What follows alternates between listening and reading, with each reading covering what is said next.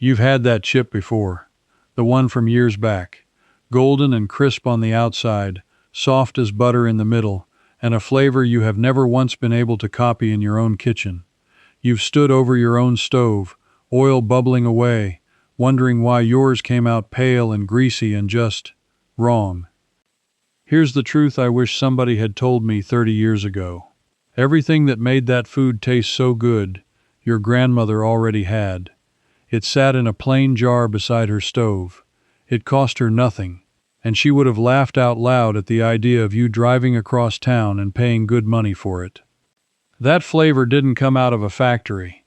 It came out of Australian bush kitchens and farmhouse stoves, passed down through women who never wasted a single scrap of anything.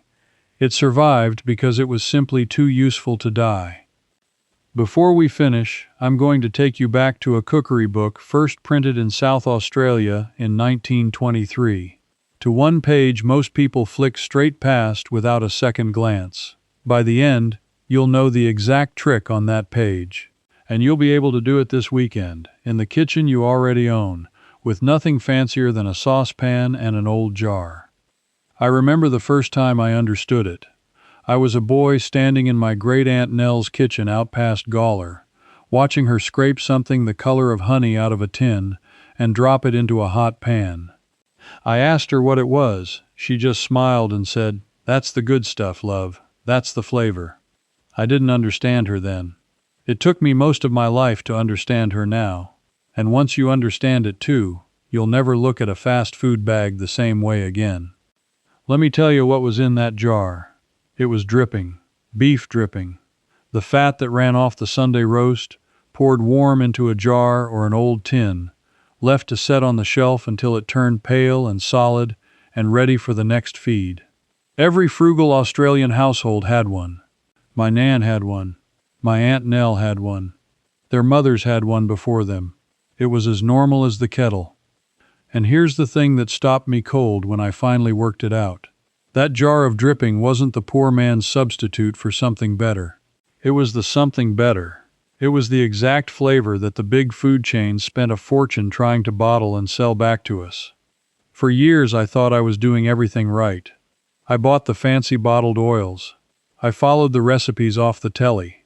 I spent money I didn't need to spend, chasing a taste I already had the secret to and didn't know it.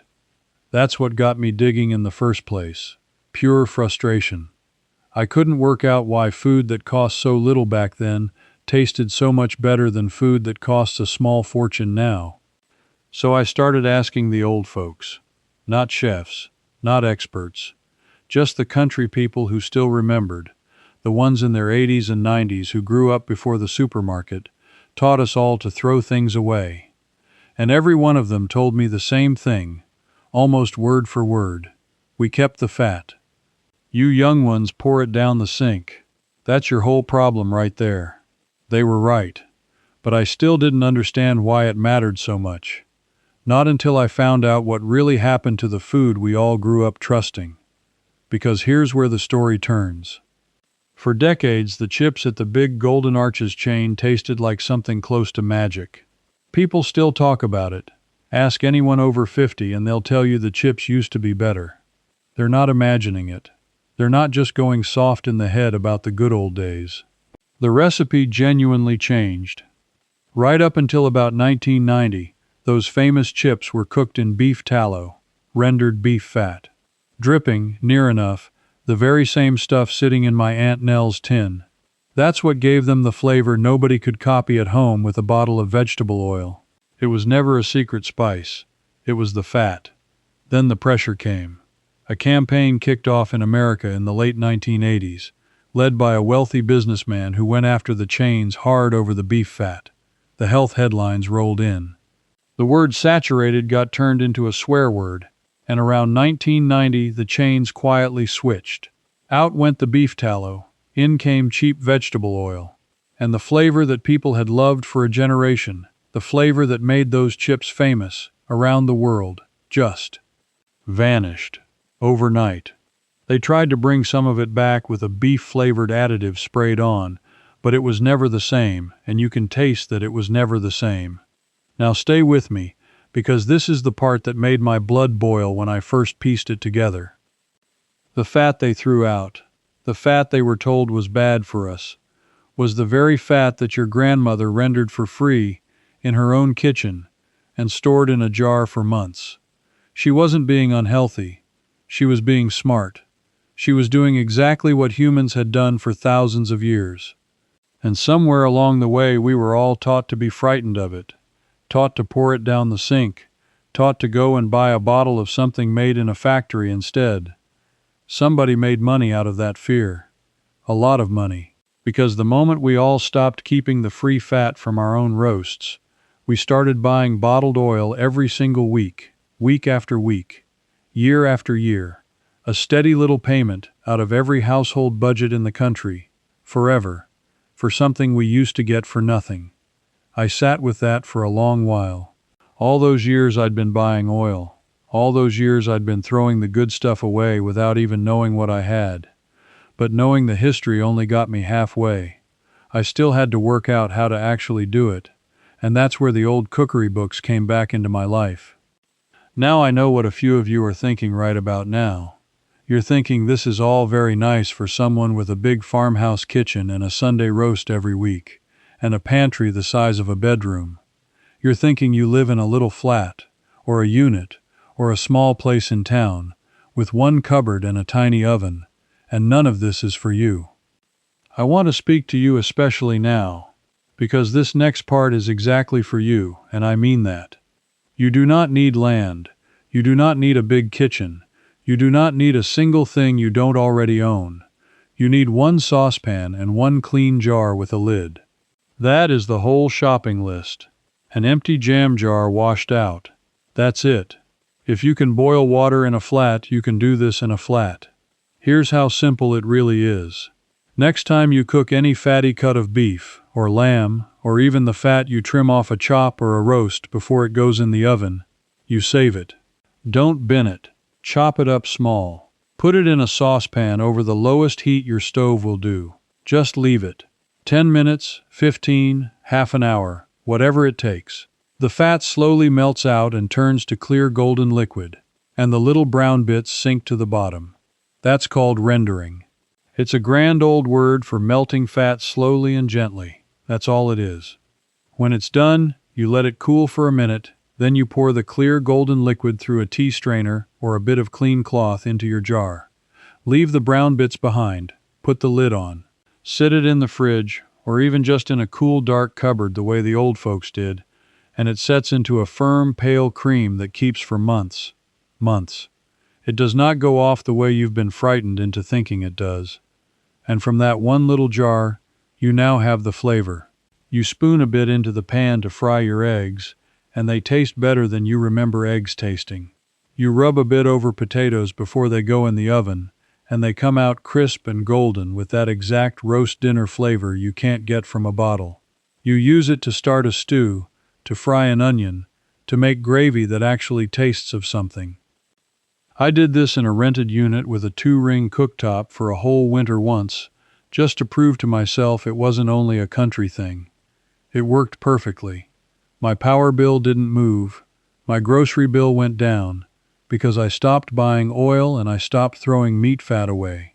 And the food tasted like the food I remembered as a boy. So there's no excuse here.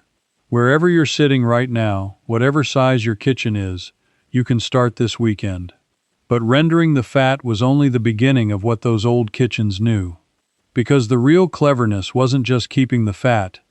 It was what they did with it, and with everything else, to feed a whole family on almost nothing. Let me tell you about the rissole. Now you might be smiling, because you remember rissoles. A lot of us do. But I don't think most people ever understood what a rissole really was. A rissole was a magic trick. It was how a bush family took a small, cheap bit of mince, the kind that wouldn't feed a mouse on its own, and turned it into a meal that filled up 4 hungry kids and left them happy. The secret was stretching. You took your mince, and you mixed through it something cheap to make it go further. Soaked bread, cooked oats, grated potato, a bit of onion, an egg to hold it all together, and a spoon of your dripping through the mix to keep it juicy. You could take enough meat for 2 people and turn it into enough for 5, and nobody at that table ever felt short-changed, because the rissoles were rich and tasty and satisfying. Think about what that means against a fast food burger. A burger patty is just a lump of mince and a big price tag. The old rissole was cleverer than the burger. It was mince made to go twice as far, with more flavor, for a fraction of the cost. Those bush cooks were doing something the fast food chains have never wanted you to do, which is feed your family properly, without needing them at all. And the numbers on this are not small. Think of what a family spends now on takeaway in a week. 2 trips through a drive-thru for a family of 4 can be $60, $70, $80 gone, with nothing left in the cupboard to show for it. That same money in mince, oats, potatoes, and flour, cooked with your free jar of dripping, feeds that family for most of a week, with leftovers. Over a year that isn't loose change. That's thousands of dollars. That's a genuine holiday. That's the difference between scraping through and getting ahead. The old folks weren't poor because they cooked this way. They cooked this way, and that's exactly why they weren't poorer than they had to be. There's a difference, and we forgot it. Maybe you're standing there right now, staring at that jar of fat you always tip down the drain, thinking of all the money you've handed over for a bottle of oil that never tasted right. That gap between what you throw away and what you pay for is exactly what my collection closes for good. In Aussie Basics, and then in Deep Thrift and the full system, I lay out the whole forgotten Australian way of running a home cheaper and smarter. How to keep milk, butter, meat and eggs fresh with little or no power, how to cook warming meals for almost nothing, and a simple month-long routine that quietly trims your grocery and power spend week by week until you see it in your own bank account. And you don't have to take my word for it tonight. Do the free test right now. Next time you cook a fatty cut, save that fat, melt it slow, strain it into a clean jar, and watch it set firm and keep for weeks in a cool cupboard. Exactly like I've been telling you. No new gadget, no shed, nothing you don't already own. The fastest way to get the books is to scan the QR code right there on your screen, or go to the link in the description, or the pinned comment. And here's the honest reason to start now. The money slips out of your budget every single week you keep buying what you could make for free, and that's a leak that never waits for a better time. Now let me show you it works even in the smallest kitchen going. But this is where I have to be honest with you about how hard it was to find the real detail. Because the old people remembered the feeling of it, the smell of it, the way their mothers moved around the stove. What they couldn't always tell me was the exact how, the precise method, the ratio. And that's the bit you need if you want it to actually work first time, instead of coming out as a soggy gray disappointment. So I went looking for it written down. And that hunt is what led me to the book I promised you at the start. Because there was one problem I kept hitting. When I made chips at home with my lovely free dripping, they still weren't quite right. Close, but not right. Not that proper golden crunch. And it drove me mad because I knew I had the right fat. I had the very fat those famous chips used to be cooked in. So why weren't mine as good? The answer was hiding in a book most Australians have never even heard of, and it changed everything. It's called the Green and Gold Cookery Book. It was first put together in South Australia in 1923 by a church community to raise a bit of money. Just ordinary women writing down the recipes they actually used to feed their families through hard times. No celebrity chef, no marketing. Just the real, tested, everyday knowledge of women who could not afford to get it wrong. That book went on to sell hundreds of thousands of copies across the decades, because it worked. It was in kitchens all over the country. And then, like so much of this knowledge, it slowly slipped off the shelves as the packet mixes and the frozen chips took over. I got hold of a copy of that old book, and when I read the method for cooking chips properly and dripping, I finally understood what I'd been getting wrong my whole life. What every one of us gets wrong. Here it is. This is the secret. This is the thing I promised you. You do not cook the chips once, you cook them twice. That's the whole trick, and it sounds too simple to matter, but it changes everything. The old method is this. First, you cut your potatoes into chips and you cook them slow and gentle in the dripping, at a lower heat, not to brown them, just to cook them soft all the way through. They come out pale and floppy and looking like nothing special. You lift them out and you let them rest and cool right down. 10 minutes, 20, doesn't matter. Longer is fine. Then, just before you want to eat, you heat that same dripping up hot, really hot this time, and you drop the chips back in for a second go. And in a minute or two, something wonderful happens. They puff up. They go gold. The outside turns to glass, hard and crisp and crackling, and the inside stays fluffy as a cloud. That double cook is the difference. The first slow cook softens the middle. The second hot cook builds that shattering golden crust, and when you do it in beef dripping instead of bottled oil, you are cooking those chips exactly, precisely, the way the famous ones were cooked before 1990. The same fat, the same method, better, honestly, because yours are fresh and yours are free. I stood in my kitchen the first night I did it properly, following that old 1923 method to the letter, and I ate a chip that took me straight back to being 10 years old. That flavor I'd been chasing for decades, spending money I didn't need to spend, was right there. From a bag of spuds and a jar of fat I'd rendered myself for nothing. And I felt something I didn't expect. I felt a bit cheated. Because this was never lost knowledge, not really. It was written down, plain as day, in a book that sat in Australian kitchens for the better part of a century. It didn't disappear by accident. It disappeared because it was more profitable for us to forget it. Every family that forgot how to render fat became a family that bought oil. Every family that forgot the double-cooked chip became a family that bought the frozen bag. Or worse, drove to the drive-thru and paid 10 times over. Nobody banned the green and gold cookery book. They didn't have to. They just made everything so convenient, so quick, so heavily advertised, that a whole generation quietly stopped opening it. And when we stopped opening it, we stopped teaching it. And when we stopped teaching it, it very nearly died with the old folks who still remembered Aunt Nell scraping the good stuff out of a tin. But it didn't die. It's right here. I've got it. And now you've got it too.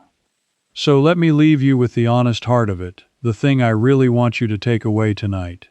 You were never missing anything. The flavor you thought you had to buy, the taste you thought only a big company could give you, was something your own family made for free in their own kitchen, and it was taken from you so gently and so cleverly that you never even noticed it go. Getting it back is one jar and one saucepan away. That's not nostalgia. That's you taking back something that was quietly lifted out of your hands. And if you're the sort of person who's always suspected that plain, honest, useful knowledge gets pushed aside so somebody else can keep charging you for it, then you already understand exactly what we're doing here. You're not old-fashioned. You're not behind the times. You're the one who's woken up. You're the one teaching your kids and your grandkids a trick that'll save them money every single week for the rest of their lives. Now I want to hear from you, and I want you to actually tell me this time. When you were young, did your family keep a dripping jar by the stove? What did they call it, and what did they cook in it that you still remember the taste of? Tell me in the comments below, and tell me where in the country you're watching from, because I love seeing how far this old knowledge really spread. From the city, from the bush, from a little unit in town, I want to know. Leave a comment right now, even just one line. It matters more than you think, because it keeps this knowledge alive for the next person who needs it. And if you want more of this, if you want to be part of bringing back the old Australian know-how that got buried under all the packets and the bottles and the drive-thrus, then come along with us. This is a growing crowd of people who've decided we're done being charged for things our grandparents got for nothing. Because next time, I'm going to show you the old bush way of keeping meat fresh for weeks without a fridge at all, a method the settlers relied on long before the power company ever sent anyone a bill. There's one particular ingredient they use that's sitting in your cupboard right now, and I promise you have no idea what it is yet. Let me tell you a little more about that jar, though, before you go, because I don't want you walking away thinking this is only about chips. It isn't. That jar of dripping is the single most useful thing you can have in a frugal kitchen, and once you understand everything it does, you'll wonder how we ever let it go. Start with the humble breakfast. A spoon of dripping in a hot pan, and your eggs fry up with crisp golden lacy edges and a richness you cannot get from any bottle. Your mushrooms soak it up and taste like they came from a proper cooked breakfast at a country pub. Your leftover potatoes from last night turn into fried spuds that the kids will fight over, and it costs you nothing, because you already paid for it when you cooked the roast. Move on to your vegetables. I know we've all been trained to think fat is the enemy of vegetables, but the old cooks knew better. A little dripping tossed through roast carrots, parsnips, or pumpkin does something bottled oil never will. It carries the flavor.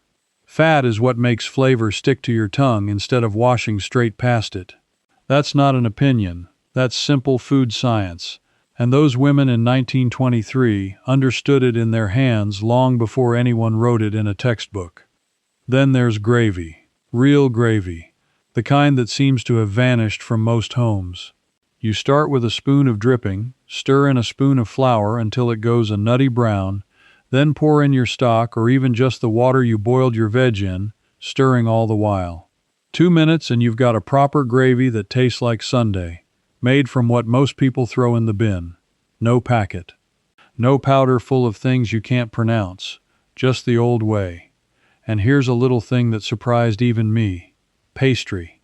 The old bush cooks made their pie pastry with dripping instead of butter, or bought shortening, and it makes a short, tender, flaky crust that holds together beautifully. That's how the classic Australian meat pie got its lovely crumbly base. So when I talk about never needing the drive-thru again, I mean it right down to the pie. You can make a batch of proper meat pies at home, with dripping pastry and cheap stewing steak cooked slow until it falls apart, and freeze them, and pull one out any night you like. Better than any pie you'll buy, a fraction of the cost, and made with your own 2 hands.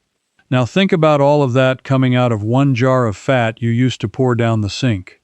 The eggs, the spuds, the roast veg, the gravy, the pastry, the double-cooked chips. One jar. For free. Every week of your life. That's the scale of what we forgot. And I'll tell you the thing that stays with me most. It isn't the money, although the money is real, and it adds up faster than you'd believe. It's the skill. My great-aunt Nell couldn't have told you a single fact about food science. She never read a health study in her life, but she had a knowledge in her hands that let her feed a family beautifully through a depression and a war and every lean year in between. And she did it without ever once feeling poor, because she was never at the mercy of anyone else's prices. That's the real secret behind all of it. Not the fat, not the chips, the independence. The quiet strength of a household that can feed itself well no matter what the shops are charging that week. That's what got taken from us, one convenience at a time, and that's what I want us to take back. So this weekend, do the one thing. Cook a bit of beef. Save the fat. Melt it down slow. Strain it into a clean jar. That's your starting point. Next week, cut up some spuds and cook them twice, the way that old South Australian book laid out back in 1923. And when you bite into that first proper golden chip and the flavor hits you, I want you to remember that you didn't buy it. You didn't queue for it. Nobody charged you for it. You made it. From something you were about to throw away, using knowledge that somebody tried very hard to make you forget. That's the whole game. That's what we're doing here, one old trick at a time. Keep that jar by your stove, teach one other person how to fill it, and I'll see you in the next one, where I'll show you how the settlers kept their meat through a whole summer without a scrap of electricity, and the one cupboard ingredient that made it all possible. Before you go, one last thing. This video showed the story, but inside my membership I walk you through the 1923 dripping method step by step, right where we left off. And if something isn't clear, ask me directly.